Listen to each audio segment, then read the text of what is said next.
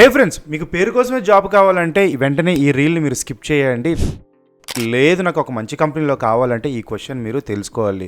Okay, what is the non functional requirement of a software అని చెప్పి అడుగుతారనమాట. అక్కడ అడిగినప్పుడు మనం బేసిక్గా ఒక 4 పాయింట్స్ మనం గుర్తుపెట్టుకోవాలి. ఒకటి, what is latency of loading అనమాట. ఫర్ ఎగ్జాంపుల్, మనం ఏదైనా ఒక అమెజాన్ వెబ్సైట్ తీసుకున్నాం అనుకోండి. ఒక యూజర్ మన వెబ్సైట్ యాక్సెస్ చేసినప్పుడు అన్ని ప్రోడక్ట్స్ లోడ్ చేసే బదులు కొన్ని మాత్రం మనం లోడ్ చేయాలన్నమాట. ఈ టెక్నిక్ ఎలాగో తెలుసుకోవాలి. అండ్ రెండోది హై అవైలబిలిటీ అనమాట.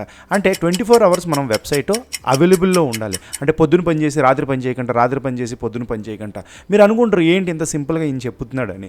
లేదు ఫ్రెండ్స్, ఇది మనకి ఏదైనా ఒక సాఫ్ట్వేర్ డెవలప్ చేసినప్పుడు ఈ రిక్వైర్మెంట్స్ మనం తెలుసుకోవాలి.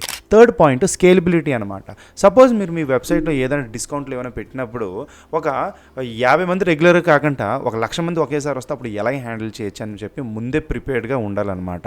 అండ్ ఫోర్త్ పాయింట్ చాలా ఇంపార్టెంట్, రెసిలియంట్ అనమాట. అంటే సపోజ్ మనం సిస్టమ్ ఫెయిల్ అయిపోతే ఆటోమేటిక్గా ఆ ఇష్యూని తనే ఎలా సాల్వ్ చేయడానికి అవుతుంది. లేకపోతే ఇలాంటి ఫెయిలియర్ వస్తుంది అని చెప్పి ముందే మనం తెలుసుకుంటే మనం అది ఈజీగా సాల్వ్ చేయొచ్చు అనమాట.